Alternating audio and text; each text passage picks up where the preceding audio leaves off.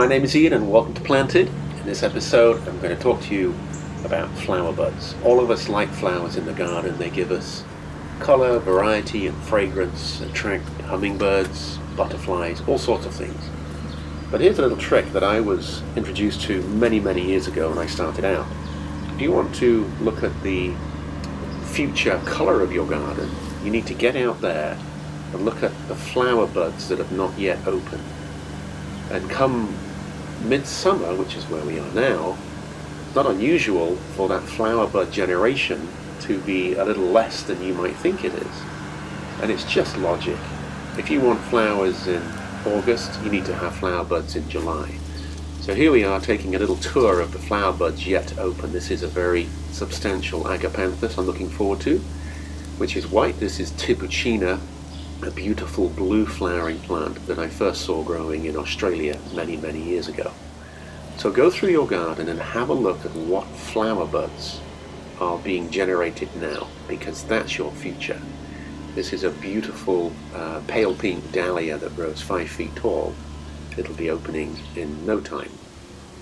This is a hibiscus. It's a rather choice species hibiscus, and each flower lasts for 1 day, but this plant is dripping with flower buds. So I know that for many weeks, maybe months, that plant will be growing. Big fan of the regale lilies, and what happens is that they put out one flower and there's always a bud yet to open to keep that branch looking beautiful and in full colour. When you choose to do your little inspection, you're looking for flower buds. Don't get swept away by the colour that you might have. Here you see some lilies that are open, but of course there's 2 or 3 buds there yet to open. And that's the point I want to impress upon you, that you're looking for flower buds. If you find that you don't have the quantity that you think you have, then you can choose some plants that will give you those buds in the month that you're a little bit devoid of colour.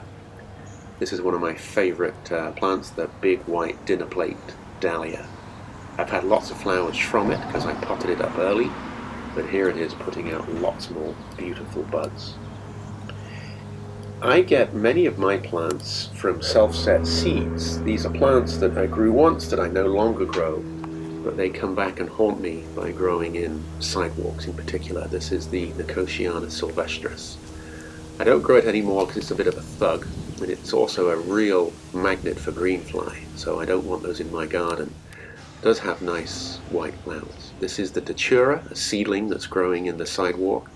Flowers are about 3 inches across, and those spiky green tubes are all flower buds yet to open. And this is a plant that I did nothing to cultivate. I just identified it as a juvenile growing in the sidewalk, and I left it. And that'll have 40 or 50 flowers by the time the season's done. This is the everlasting Sweet Pea, very much past its best, but still churning out flowers. I find this architecture a very delicate arrangement. Very well behaved, very tough, very hardy. Now this is Erythrina, and I typically don't like red flowering plants, but I love the foliage, and this one is about to explode, and I'll definitely show you more pictures of this. But this is that flower that will perform in August.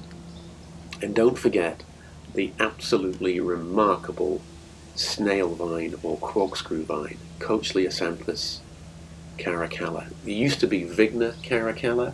I've done a video on this. Go back through the archive and you'll find out all about this beautiful plant. So that's just coming into its own now. Give it 10 days, it'll be covered in flowers. And they're twisted and turned inside out, a bit like a nautilus shell. It really is a wonderful plant. And then finally, a plant that I've not mentioned before. This is Lapageria. This grows in the greenhouse.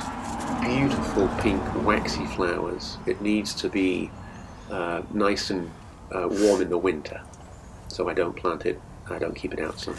Thanks for watching Planted. Tell your friends, tell your family. Happy planting.